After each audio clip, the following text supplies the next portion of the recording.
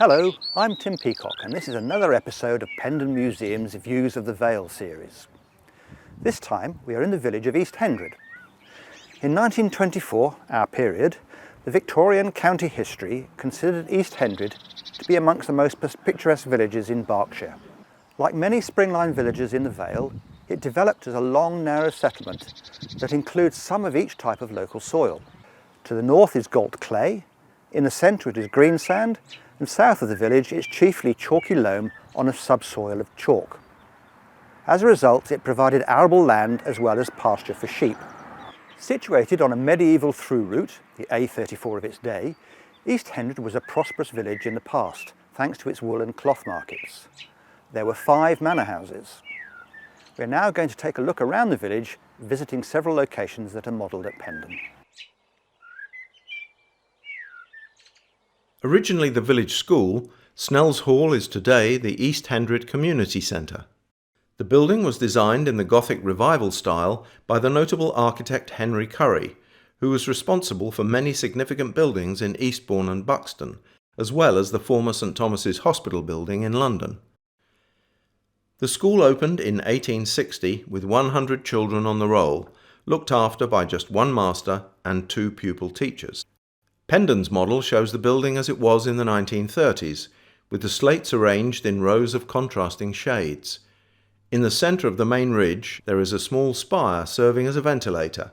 The metal diamond pattern windows and the bell canopy on the right-hand gable are features that can still be seen today. The building served as the village school for more than 100 years until, in 1967, the school moved to its current site on the edge of the village. The building then became the village hall and was renamed Snells Hall. An extension, reflecting design features of the original, now forms the main entrance to the building.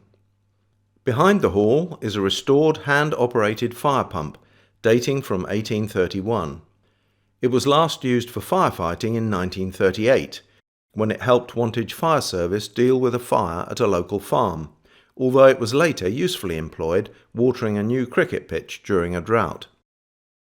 As to the present name of the building, a hilly open area next to the hall, once covered in elm trees, has long been known as Snells, although the origin of the name remains uncertain.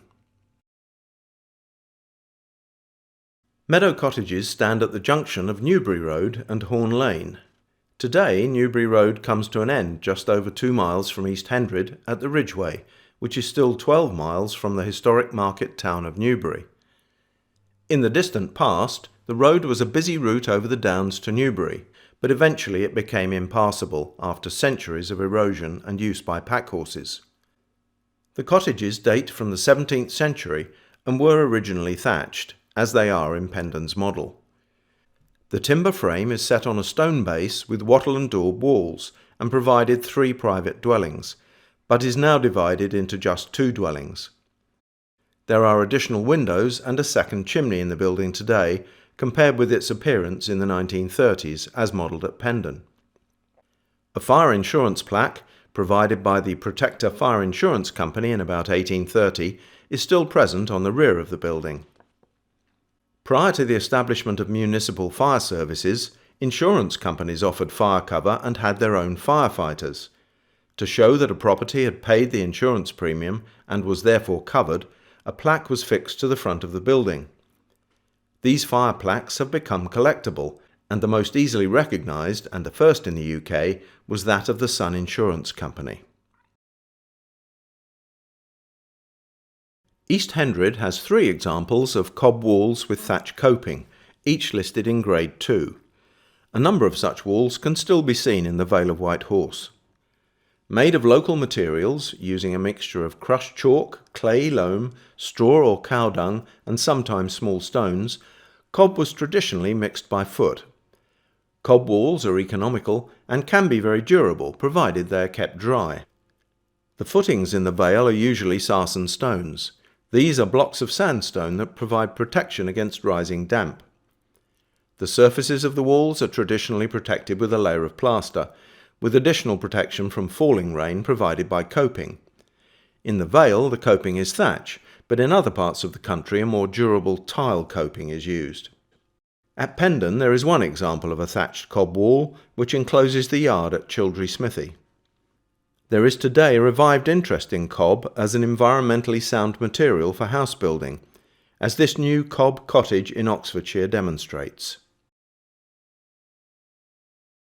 On the west side of Cat Street is a good example of a brick-built workman's cottage.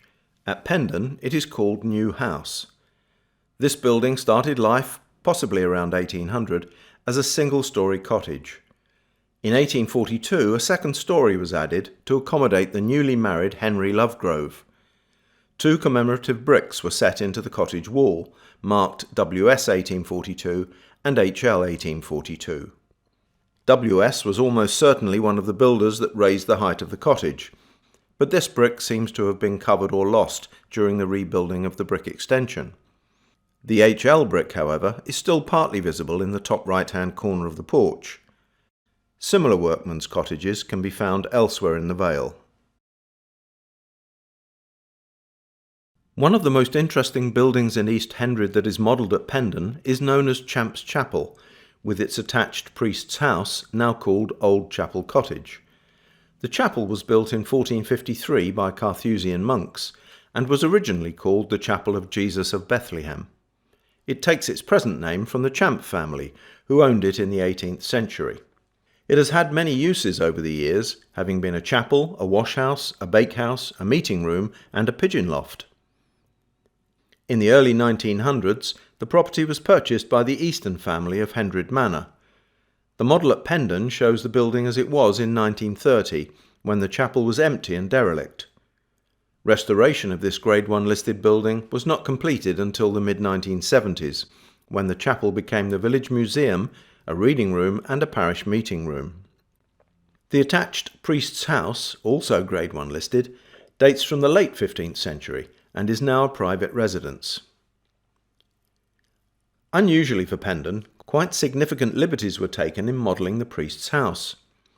The model was made as a mirror image and turned through 180 degrees, so that its attractive black and white timbered gable end appears beside the mullioned window of the chapel. This was done purely to enhance the artistic effect on the side facing the visitors, and has no architectural justification. Hendrix Stores is known as Duck's Stores at Pendon. For most of the Pendon period, the shop was actually run by a Mr. Croft.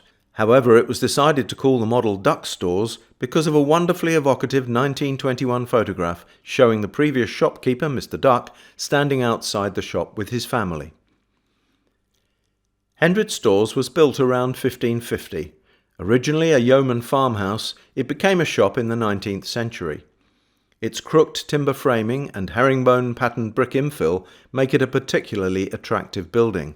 The close timber studding would have been expensive and reflected the wealth of the original owners. This lavish design used far more timber than was necessary for the structural integrity of the building. The wonderful herringbone brickwork pattern makes the building really stand out, and some of the bricks may even be original. The gables at each end of the building have oak barge boards with a succession of carved quatrefoils. Today the shop and post office are still a central part of life in East Hendred, and the interior of the building exhibits its ancient and well-preserved timber frame. In common with Meadow Cottages, Hendrix Stores also has a fire plaque, this one provided by the Royal Exchange Assurance Company. It is therefore ironic that in 1969 the rear of the building was completely destroyed by fire. At Pendon, the model shows the building as it was in the 1930s before the fire, an example of the value of preserving these buildings in miniature form. The Pendon modeller was able to reconstruct the rear of the building thanks to Ordnance Survey maps and period photographs provided by a former owner of the shop. We are now at the end of another episode of Views of the Vale. As before, we have provided some links between the models at Pendon and the buildings and landscape features as they are today. Do look out for further episodes in this series as they are published. We hope you have enjoyed this short video. We have a lot more from Pendon to share with you, and do subscribe to our YouTube channel, which we update regularly.